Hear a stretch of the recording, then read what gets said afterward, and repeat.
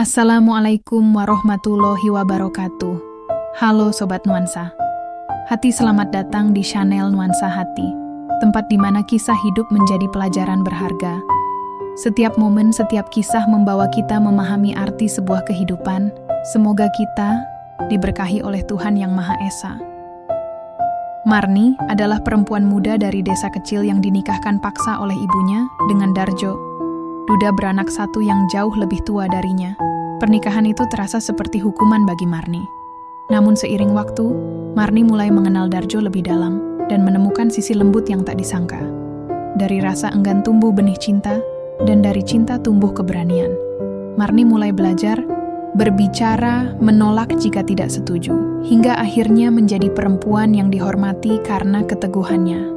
Di tengah tekanan masyarakat dan konflik keluarga, Marni membuktikan bahwa kekuatan perempuan bisa tumbuh dari tempat yang paling tidak disangka.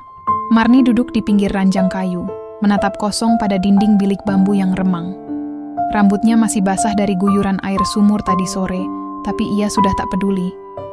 Malam ini seharusnya menjadi malam bahagianya, kata orang-orang. Malam pertama sebagai istri Darjo. Tapi yang Marni rasakan bukan bahagia. Bahkan untuk menamai perasaannya pun ia bingung. Antara takut, kecewa, atau cuma hampa. Di luar kamar, suara riuh para ibu-ibu yang baru saja selesai membersihkan piring masih terdengar samar. Perutnya mual sejak tadi, bukan karena belum makan, tapi karena kenyataan yang terlalu cepat berubah. 3 hari lalu, ia masih menjemur pakaian ibunya di belakang rumah. Sekarang, ia resmi menjadi istri orang, istri dari lelaki beranak satu, yang 2 kali lipat lebih tua darinya. Nggak usah banyak ngeluh, Mar. Hidup ini bukan mimpi, kata ibunya waktu itu, sambil mengikat rambutnya yang mulai memutih. Tapi, Marni belum siap. Siap ndak siap, hidup harus jalan. Darjo itu duda baik, anak satu, rumah ada. Kamu mau tunggu jodoh dari langit? Marni tak menjawab. Matanya menunduk, lidahnya keluh. Yang ia tahu, perut ibunya makin sering sakit akhir-akhir ini. Biaya berobat makin susah dicari. Dan Darjo datang, menawarkan bantuan. Tentu saja dengan imbalan. Kini, di kamar baru yang masih asing, Marni menarik napas dalam. Suara langkah kaki berat di luar membuatnya menegang. Itu pasti Darjo. Lelaki itu memang tidak banyak bicara sejak akad tadi. Pagi, tatapannya tenang tapi dalam. Ia tak kasar, tidak juga hangat. Hanya datar. Pintu kamar berderit terbuka. Darjo masuk dengan langkah pelan, lalu duduk di kursi sudut kamar, tak jauh dari ranjang. Wajahnya lelah, mungkin karena seharian menyambut tamu. Atau mungkin, seperti Marni, ia pun merasa ini semua terlalu cepat. Kamu udah makan? Tanya Darjo. Pelan. Marni mengangguk kecil. Darjo mengangguk kembali, lalu diam. Beberapa detik berlalu. Canggung menggantung seperti asap dapur yang lupa dikipas. Kita, ndak usah buru-buru, ya, kata Darjo akhirnya. Aku tahu kamu masih kaget, aku juga. Marni menoleh pelan. Pandangannya bertemu dengan mata Darjo untuk pertama kalinya malam itu. Ada sesuatu di sana, bukan cinta, bukan juga gairah, tapi semacam pengertian. Istirahat aja dulu. Kamarmu ini juga masih belum terlalu rapi, lanjut Darjo sambil berdiri. Besok, kalau kamu mau, kita bisa bersih-bersih bareng. Marni hanya mengangguk. Ia tak tahu harus berkata apa. Setelah Darjo keluar, Marni menarik selimut dan berbaring membelakangi pintu. Matanya panas. Ia menahan tangis. Bukan karena Darjo jahat, bukan karena ia dipukul atau dibentak, tapi karena hidup terasa seperti ditulis orang lain, dan ia hanya menjalani skripnya. Keesokan harinya, ayam-ayam berkokok serempak. Marni terbangun sebelum matahari naik. Ia turun dari tempat tidur, mencuci muka di gentong kecil dekat dapur. Darjo sudah pergi ke ladang, katanya tadi pagi, lewat pesan singkat dari Giman, anak laki-lakinya yang baru berusia 10 tahun, yang masih memeluk guling di kamar sebelah. Marni mulai memasak nasi dan menggoreng tempe. Tangannya gemetar waktu pertama kali memegang wajan di dapur ini. Ia merasa seperti tamu, bukan istri. Tapi ia mencoba. Pagi harus tetap berjalan. Saat sedang mencuci piring, Giman datang, masih dengan rambut acak-acakan dan tatapan bingung. "Kamu siapa?" tanyanya polos. Marni tersenyum kikuk. "Aku, Marni. Kamu istri Bapak?" Anggukan. "Berarti kamu ibu aku sekarang?" Marni terdiam. Pertanyaan itu menusuk. Ia belum merasa pantas menyandang gelar itu, tapi ia juga tak bisa menyangkal kenyataan. "Kita teman dulu aja ya," jawabnya pelan. Giman mengangguk, lalu mengambil sepotong tempe goreng dari piring. Hari-hari berikutnya berjalan pelan seperti gerobak tua. Marni mencuci, menyapu, memasak. Ia bicara sedikit, lebih banyak mendengarkan. Darjo juga masih menjaga jarak. Mereka makan bersama dalam diam, seperti dua orang asing yang sedang mencoba belajar menjadi keluarga. Namun dalam diam itu, Marni mulai melihat sisi lain dari Darjo. Ia sopan, tak pernah memaksakan apa-apa. Setiap malam, sebelum tidur, ia selalu berkata, "Selamat istirahat." Kalimat sederhana itu, entah kenapa, membuat dada Marni hangat. Di suatu pagi, saat Marni menyiram tanaman di pekarangan, Darjo mendekat. "Marni," katanya pelan, "kalau kamu pengen pulang, sebentar aja nengok ibumu, bilang aja. Nanti aku antar." Marni menatapnya, kaget sekaligus terharu. Ia tak menyangka akan ditawari pulang. Ia pikir, setelah menikah, ia tak punya ruang untuk kembali. Tapi Darjo memberinya pilihan. Dan disitulah, untuk pertama kalinya, Marni merasakan sesuatu tumbuh dalam hatinya. Bukan cinta, belum. Tapi semacam penghargaan. Sebuah benih kecil yang mungkin, suatu hari nanti, bisa berkembang menjadi lebih dari sekadar rasa terpaksa. Pagi di desa Sukatani selalu datang dengan suara ayam dan bau asap dapur. Hari itu, Marni bangun lebih awal dari biasanya. Entah kenapa, tubuhnya terasa ringan. Mungkin karena semalam ia tertidur tanpa memikirkan terlalu banyak hal. Atau mungkin karena kalimat Darjo kemarin masih menggantung di kepalanya. "Kalau kamu pengen pulang, nanti aku antar." Ia belum bilang iya. Tapi hanya dengan ditawari, Marni merasa dihargai. Seperti akhirnya seseorang bertanya, "Kamu mau apa?" Sambil menyeduh kopi untuk Darjo, Marni melirik keluar jendela. Embun masih melekat di dedaunan. Dari kejauhan, ia bisa melihat siluet Darjo berjalan pulang dari ladang. Baju kerjanya penuh tanah, peluh mengalir di pelipis. Tapi langkahnya tetap tenang. Dan yang paling mengejutkan Marni, lelaki itu selalu pulang dengan senyuman kecil. "Pagi, Mar," sapa Darjo sambil menaruh cangkul di sudut teras. "Pagi," jawab Marni sambil menyerahkan cangkir kopi hangat. Darjo menerimanya. "Wangi kopinya enak. Baru belajar bikin. Semoga ndak keasinan," kata Marni, mencoba bercanda. Darjo terkekeh kecil, suara tawanya pelan, nyaris tak terdengar. Tapi cukup untuk membuat pipi Marni merona. Hari-hari berikutnya seperti benang yang pelan-pelan dijalin. Tidak mulus, tidak juga rapi, tapi ada usaha. Marni mulai terbiasa dengan ritme baru. Bangun pagi, masak, mencuci, merapikan rumah. Kadang ia ngobrol singkat dengan tetangga, tapi lebih sering bersama Giman, anak yang makin hari makin dekat dengannya. Giman suka bercerita tentang ayam peliharaannya yang bernama Pitung, tentang kelereng yang sering kalah saat main, dan tentang ibunya yang sudah lama meninggal. Waktu bercerita soal itu, suaranya melemah. "Ibu dulu suka nyanyi waktu aku tidur," katanya pelan. Marni menoleh, merasa sesak. "Aku ndak bisa nyanyi, tapi kalau kamu mau diceritain cerita sebelum tidur, aku bisa," ucap Marni. Giman langsung mengangguk, senyumnya lebar. Sejak malam itu, Marni bercerita sebelum tidur. Kisah-kisah rakyat yang ia dengar dari neneknya dulu. Tentang si kancil, timun emas, atau asal-usul Danau Toba. Kadang ia mengarang sendiri, asal Giman tertawa. Suatu sore Darjo pulang lebih awal dari biasanya. Wajahnya tampak serius. Marni baru saja selesai menjemur pakaian dan kaget melihatnya berdiri di depan pintu dengan keringat masih menetes. "Ada apa, Mas?" "Makmu," suara Darjo pelan. "Tadi Pak RT ngabarin, dia sakit. Katanya udah 2 hari nggak makan." Marni merasa dunia berhenti berputar. Tanpa pikir panjang, ia langsung melepas celemek dan berlari masuk kamar, mengambil kerudungnya. "Ayo, Mas. Kita ke sana sekarang." Perjalanan ke rumah ibunya hanya setengah jam naik motor, tapi terasa sangat panjang. Sepanjang jalan, Marni diam. Mulutnya kaku, tapi matanya terus basah. Ia tak berhenti menatap jalan yang makin lama makin familiar. Sawah, jembatan bambu, dan warung kecil di tikungan yang dulu sering ia kunjungi.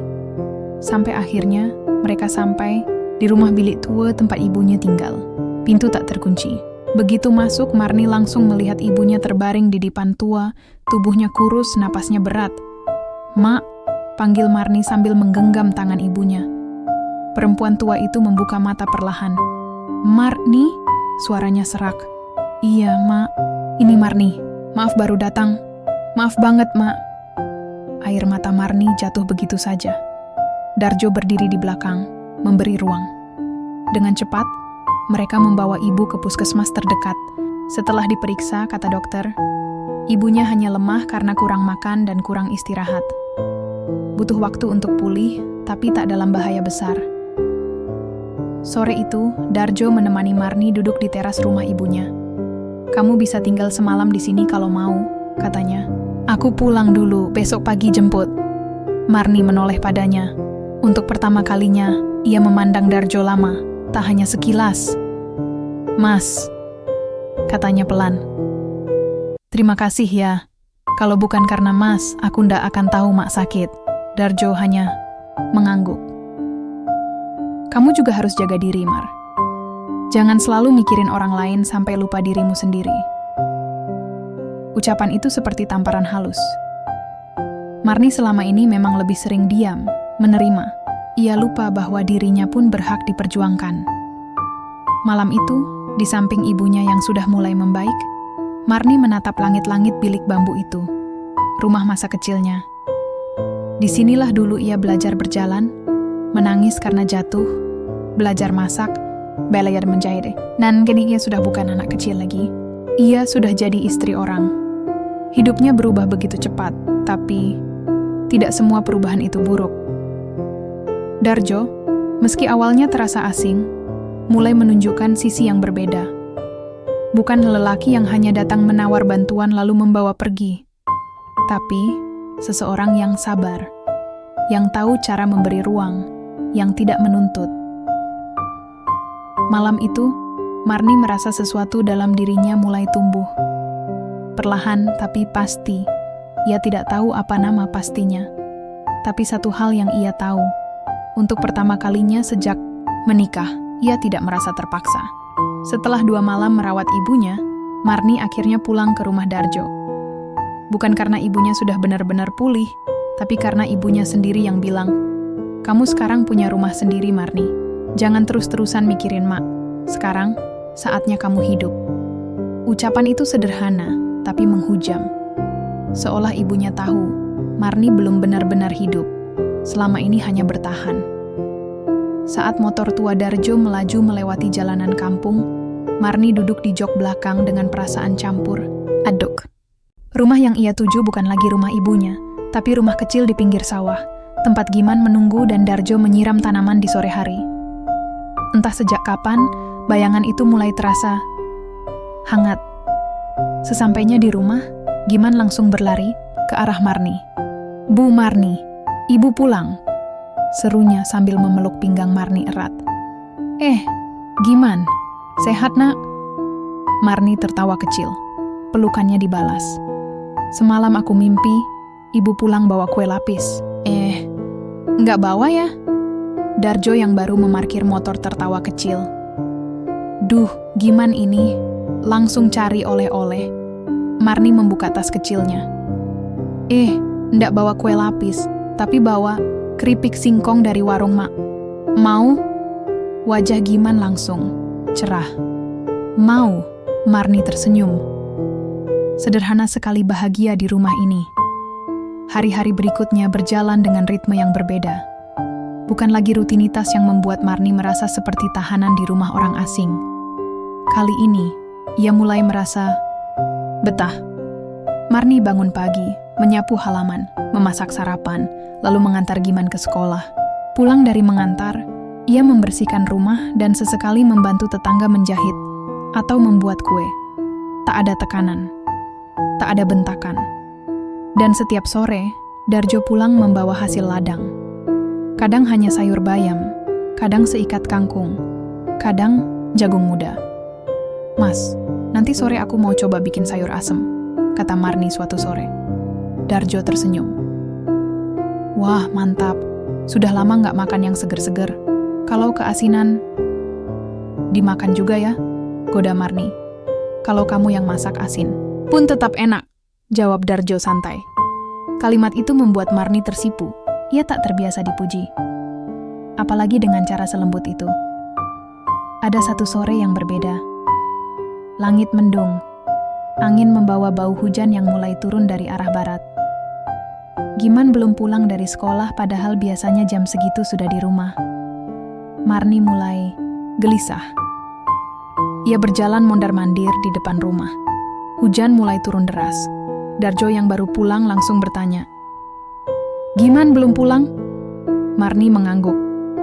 Tadi katanya pulang bareng temannya, tapi ini udah sore. Tanpa banyak bicara, Darjo langsung mengambil jas hujan dan motornya. "Tunggu di sini. Aku cari dia," ucapnya tegas. Marni ingin ikut, tapi Darjo melarang. "Kamu di rumah aja. Nanti Giman nyasar kalau kita semua keluar." Hujan semakin deras. Petir menyambar di kejauhan. Marni duduk di dipan kayu dekat pintu, menggenggam tangannya sendiri. Hatinya seperti diperas. Baru kali ini ia merasa sepanik ini karena seorang anak.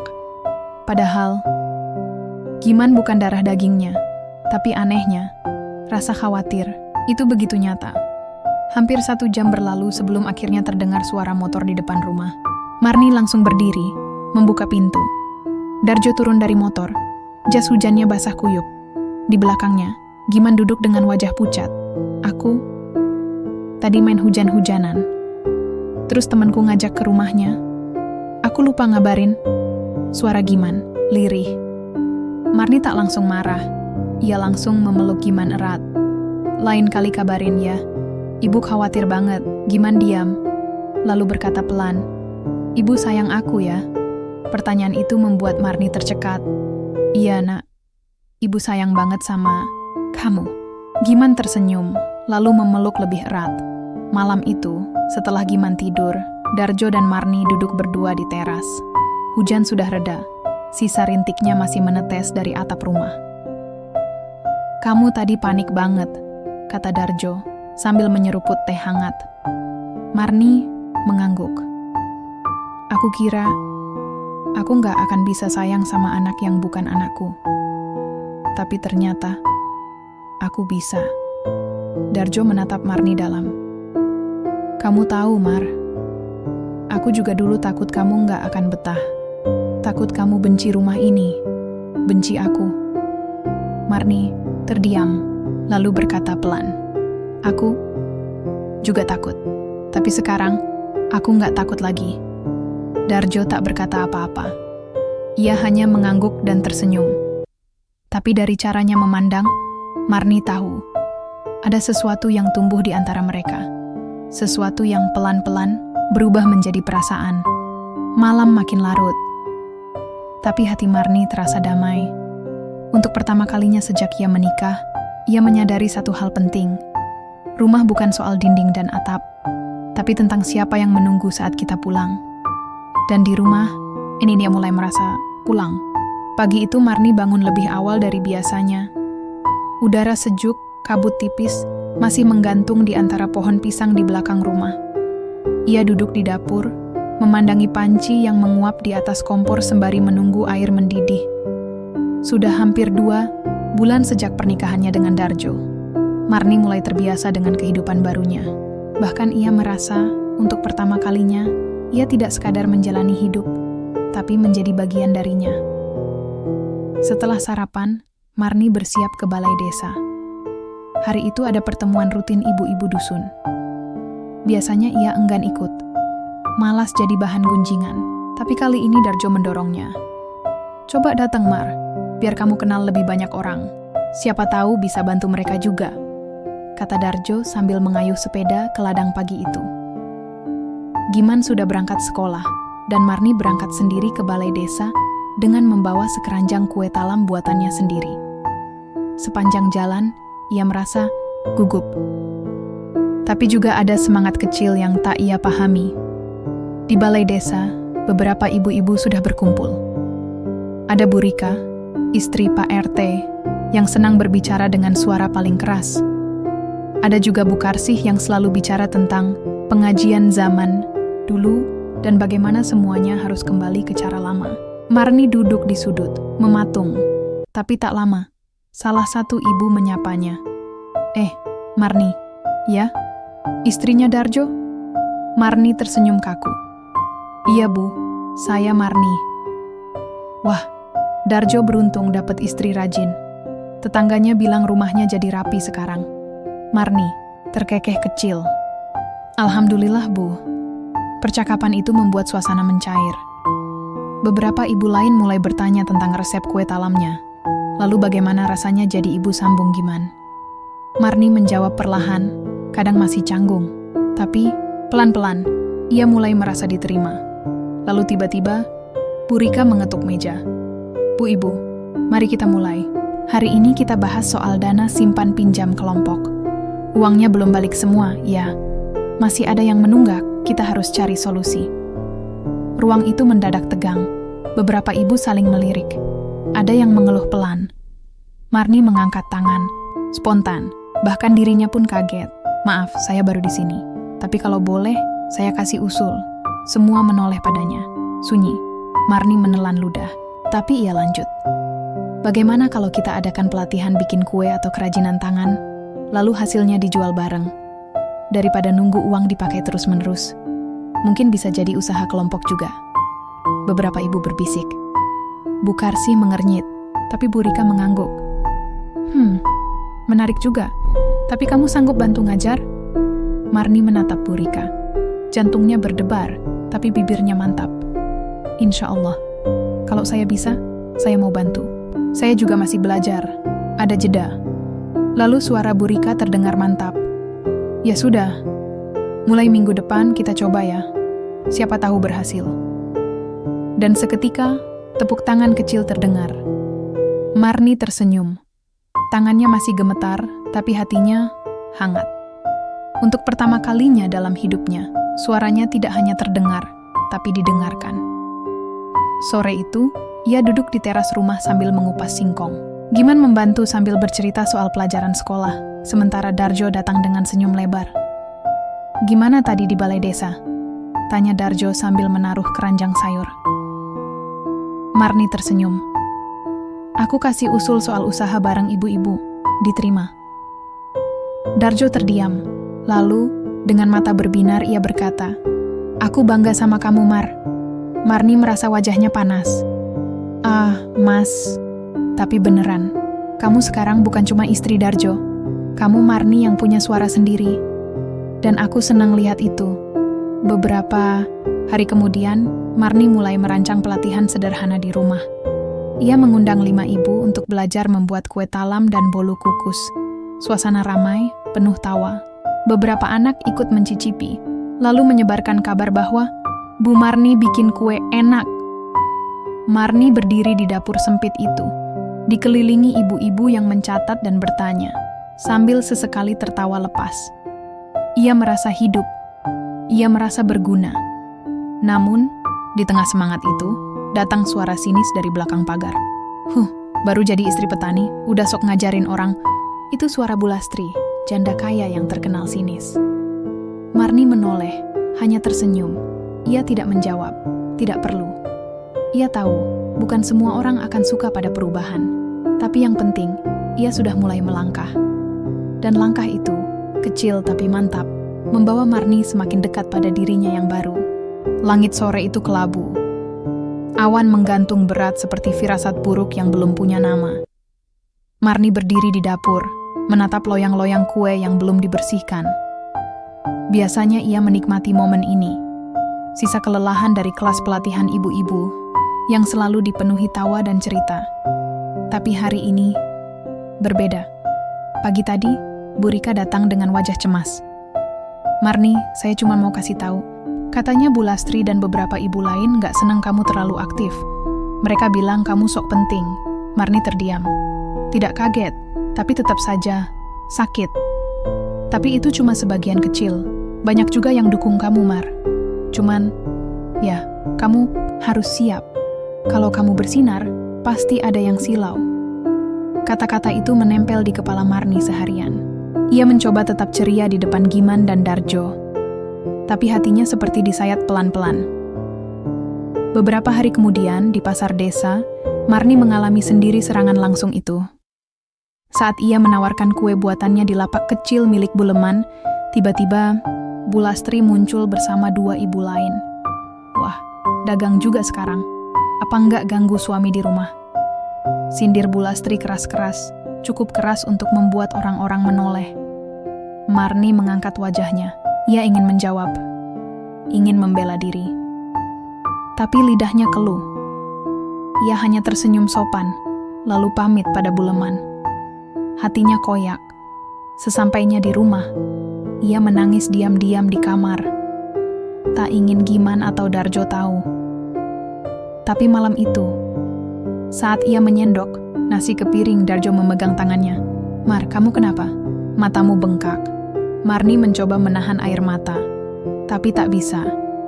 Akhirnya ia duduk dan semua tumpah. Tentang Bu Lastri, tentang ibu-ibu yang membicarakan buruk di belakangnya, tentang rasa takut kalau ia mulai kehilangan pijakan. Darjo mendengarkan dengan tenang. Lalu ia menggenggam tangan Marni.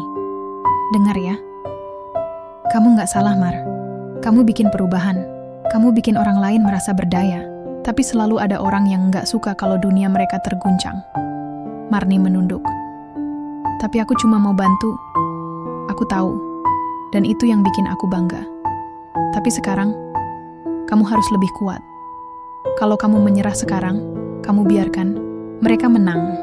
Beberapa hari berikutnya, tekanan semakin kuat. Ada gosip kalau Marni sebenarnya cuma numpang hidup dari Darjo. Ada bisik-bisik bahwa Marni terlalu maju dan lupa tempatnya sebagai perempuan desa. Puncaknya terjadi saat Marni dan Bu Rika mengajukan proposal ke kelurahan untuk pendanaan usaha kecil. Di rapat, Pak RW menyindir tajam. Bagus. Tapi jangan sampai ini jadi alat cari muka ya. Apalagi kalau nanti ujung-ujungnya minta dukungan politik." Bu Rika geram, tapi Marni yang menjawab, dengan suara gemetar namun jelas. "Pak RW, saya nggak punya niat apa-apa. Saya cuma ingin ibu-ibu punya penghasilan tambahan. Kalau itu salah, ya saya minta maaf." Seketika ruangan hening. Ada yang menunduk, ada yang bersimpati, tapi juga ada yang masih sinis. Setelah rapat, Marni duduk sendiri di bawah pohon jambu di samping kantor kelurahan. Hatinya lelah. Badannya seperti mau roboh. Ia merasa seperti kembali menjadi Marni yang dulu, yang hanya diam dan menerima. Namun saat hendak pulang, ia melihat anak-anak kecil bermain sambil mengunyah kue talam buatan ibu mereka. Mereka tertawa lepas. Salah satunya adalah anak Bu Wiwin, yang dulunya tak pernah punya uang jajan, tapi sekarang ibunya ikut pelatihan Marni dan mulai berjualan. Air mata Marni menetes, tapi kali ini bukan karena sedih, karena di balik semua sakit dan lelah, ada harapan kecil yang tumbuh, dan harapan itu nyata. Malamnya, di rumah, Darjo menyodorkan secarik kertas pada Marni. "Ini dari Giman."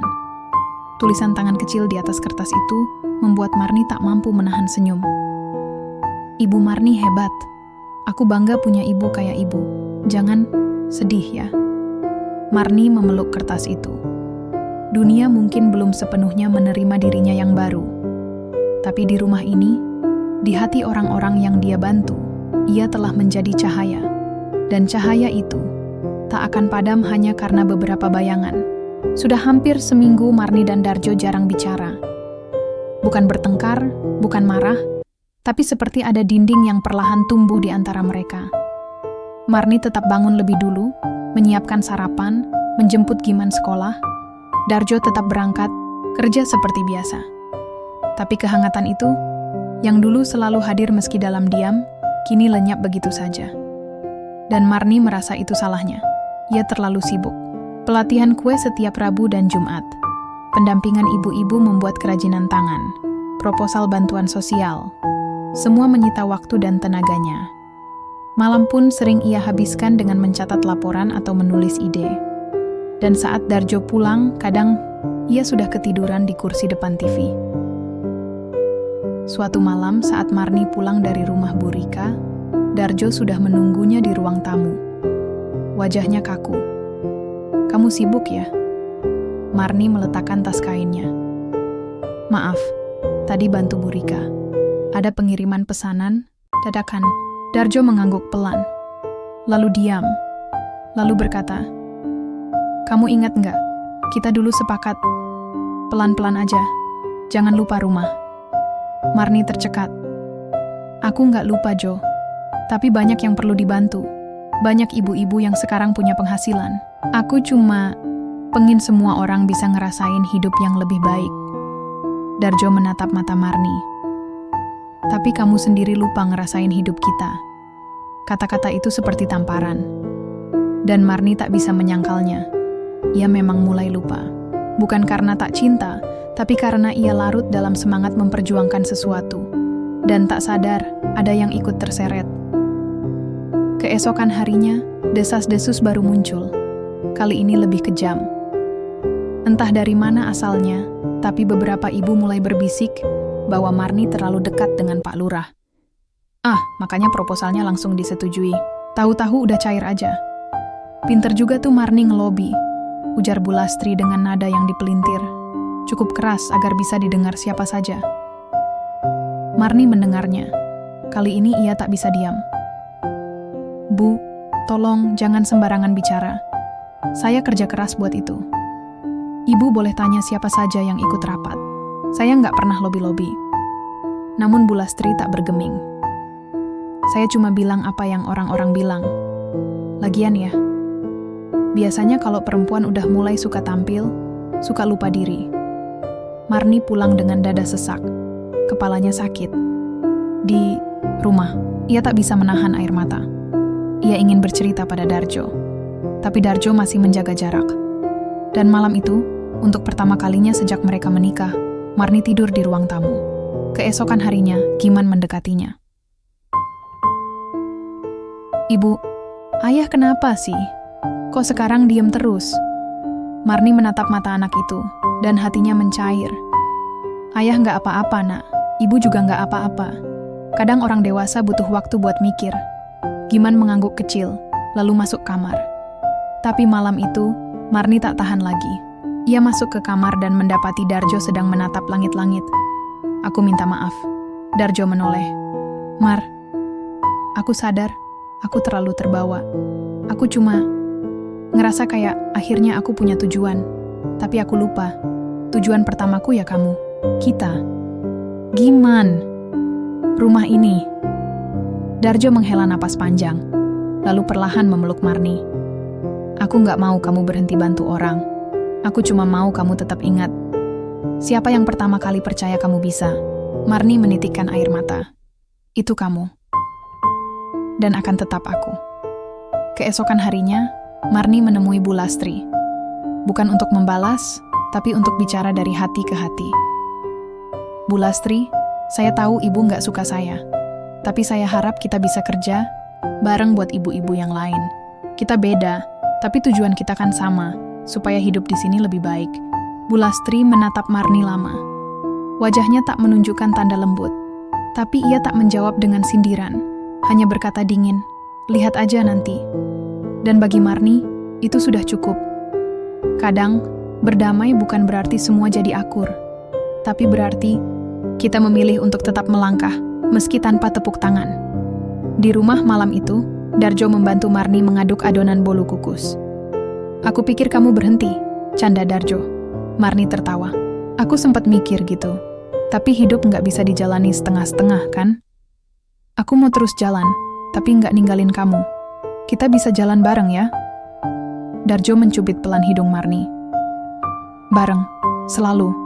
Dan malam itu, dapur mereka dipenuhi aroma kue, tawa kecil, dan cinta yang tidak lagi hanya disimpan dalam hati, tapi juga diperjuangkan dengan keberanian. Malam itu, balai desa penuh. Ibu-ibu duduk berdempetan di kursi plastik, sementara beberapa berdiri di sudut ruangan. Di depan, Pak Lurah membuka rapat sambil tersenyum lebar. Saya senang karena kegiatan ibu-ibu makin aktif. Dan malam ini, kita akan dengarkan pemaparan dari Ibu Marni soal rencana koperasi simpan pinjam. Tepuk tangan pelan terdengar. Marni berdiri.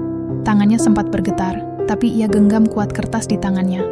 Dulu, ia pasti akan menolak bicara di depan orang banyak. Tapi hari ini, ia tidak lagi bicara demi dirinya. Ia bicara karena banyak ibu seperti dia yang ingin punya harapan. Assalamualaikum, ibu-ibu, bapak-bapak. Saya cuma perempuan biasa. Dulu saya pikir hidup saya hanya sebatas dapur dan halaman. Tapi ternyata, saya punya suara. Kita semua punya.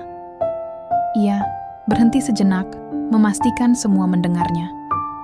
Selama ini kita terbiasa diam. Kita pikir, kalau kita diam, hidup akan tenang. Tapi diam juga bisa menyakitkan. Diam membuat orang mengira kita tak bisa. Padahal kita mampu. Kita bisa usaha sendiri, kita bisa bantu keluarga, kita bisa bantu satu sama lain. Beberapa ibu mulai mengangguk. Bahkan Bu Lastri, yang duduk dengan tangan menyilang, mulai terlihat lebih tenang. Lewat koperasi ini, kita bisa simpan sedikit-sedikit, lalu saling bantu saat butuh. Nggak harus besar, tapi cukup untuk bikin kita nggak merasa sendirian. Tepuk tangan pecah. Bukan karena pidatonya sempurna, tapi karena keberanian yang terpancar jelas dari wajah Marni. Ia bicara dari luka, dari perjuangan, dan dari cinta. Keesokan harinya, ibu-ibu datang ke rumah Marni. Ada yang membawa gula, tepung, bahkan ayam. Ini buat acara pelatihan minggu depan, biar nggak beli, kata mereka. Marni terharu. Bu Lastri datang paling akhir. Ia membawa sebuah baskom isi onde-onde. Ini resep turun-temurun dari ibu saya. Mungkin bisa jadi tambahan produk. Marni tersenyum. Terima kasih, Bu. Bu Lastri menatapnya lama. Saya salah nilai kamu, Mar. Maaf. Yang penting sekarang kita bisa kerja sama, jawab Marni tulus. Beberapa hari kemudian, koperasi resmi dibuka. Nama yang dipilih oleh ibu-ibu, Koperasi Sehati. Artinya, saling percaya, saling mendukung. Marni diangkat jadi ketua oleh suara bulat. Ia menolak pada awalnya, tapi semua bersikeras. Kamu yang bikin kita percaya diri, Mar, kata Bu Sulastri. Kamu bukan cuman ngomong, kamu nunjukin. Darjo, yang ikut hadir saat peresmian, berdiri di belakang ruangan sambil tersenyum, bangga. Di malam harinya, saat mereka duduk berdua di serambi, Darjo berkata, "Dulu aku pikir aku yang bakal ngajarin kamu banyak hal, tapi ternyata kamu yang ngajarin aku." Marni tertawa kecil. Ngajarin apa? Ngajarin bahwa perempuan bisa jadi pemimpin, tanpa kehilangan kelembutannya. Mereka terdiam sejenak, menikmati angin malam yang sejuk. Lalu Marni berkata pelan, "Aku nggak nyangka bisa sampai titik ini. Dulu aku takut, Jo. Takut bicara, takut gagal. Tapi sekarang aku tahu, keberanian itu bukan berarti nggak takut, tapi tetap jalan meski takut." Darjo menggenggam tangan Marni. "Aku akan terus di sini, jalan bareng kamu." Seminggu kemudian, Marni mendapat undangan dari kecamatan. Ia diminta mempresentasikan program koperasinya ke forum antar desa. Kali ini ia tak ragu. Ia membawa proposal, membawa semangat, dan membawa kisah nyata dari sebuah desa kecil yang dulunya diam, dan kini mulai bersuara. Di ruang rapat kecamatan, saat Marni berbicara di depan puluhan orang, ia melihat sejenak keluar jendela. Di kejauhan, ia bisa membayangkan rumahnya, anaknya, suaminya, dan ibu-ibu yang kini berjalan tegak. Dan dalam hati, ia tahu perjuangan baru saja dimulai. Pagi itu langit cerah, matahari menyembul perlahan di balik pepohonan, menerpa genteng rumah Marni yang kini tampak lebih hidup. Suara ayam berkokok bersahutan, bersatu dengan tawa kecil Dimas yang berlari-lari di halaman sambil membawa layang-layang. Buatan Darjo Marni berdiri di dapur, membuat sarapan dengan irama ringan. Bukan karena hidupnya tanpa masalah, tapi karena kini ia tahu bagaimana cara menghadapinya. Di atas meja, sebuah undangan berwarna krem tergeletak. Undangan menjadi pembicara. Dalam pelatihan perempuan wirausaha tingkat kabupaten, "Aku harus pakai baju apa, Jo?" tanya Marni saat Darjo masuk sambil menguap.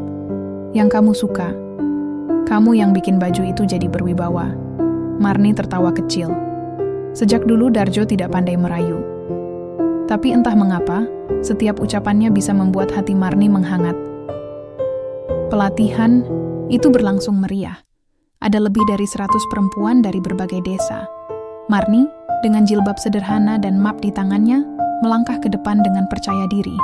Ia tidak sekadar berbicara soal koperasi atau pemasaran. Ia bercerita tentang keberanian. "Ketika saya menikah dengan suami saya merasa itu bukan pilihan. Tapi ternyata, di balik rasa terjebak itu, Tuhan menyelipkan banyak hal. Pelajaran, cinta, dan kekuatan. Semua yang mendengar diam, beberapa bahkan menitikkan air mata. Saya belajar bahwa hidup bukan soal keadaan apa yang kita dapat, tapi soal apa yang kita lakukan dengan keadaan itu. Kita bisa menyerah, atau kita bisa bertumbuh. Saya memilih tumbuh." Setelah sesi selesai, banyak perempuan menghampirinya. Ada yang ingin belajar membuat sabun cuci rumahan, ada yang minta nomor WhatsApp, dan ada pula yang hanya ingin memeluk dan bilang, "Terima kasih sudah jadi cermin buat kami." Di desa, koperasi berkembang pesat. Produk buatan ibu-ibu mulai dijual lewat pasar online lokal. Bahkan ada tawaran dari kecamatan untuk membuka galeri kecil. Marni tidak pernah membayangkan hidupnya akan seperti ini. Tapi ia tidak sombong. Ia tahu, semua ini bukan tentang dia semata, melainkan tentang kerja bersama. Pada suatu malam, saat Marni duduk di balai bambu depan rumah, ia menatap bintang. Dulu, bintang hanya jadi pelarian saat ia sedih. Tapi malam ini, bintang jadi saksi atas langkah-langkah yang telah ia lalui. "Ibu," Dimas menghampiri. "Bu Lastri ngajakin camping minggu depan sama anak-anak koperasi." Marni menoleh, tersenyum. "Wah, ibu harus cari tenda dong. Ibu ikut?" "Tentu. Kita semua keluarga sekarang." Waktu terus bergulir. Marni menjadi nama yang tak asing di kalangan perempuan desa. Bukan karena ia pintar, tapi karena ia pernah jatuh dan bangkit.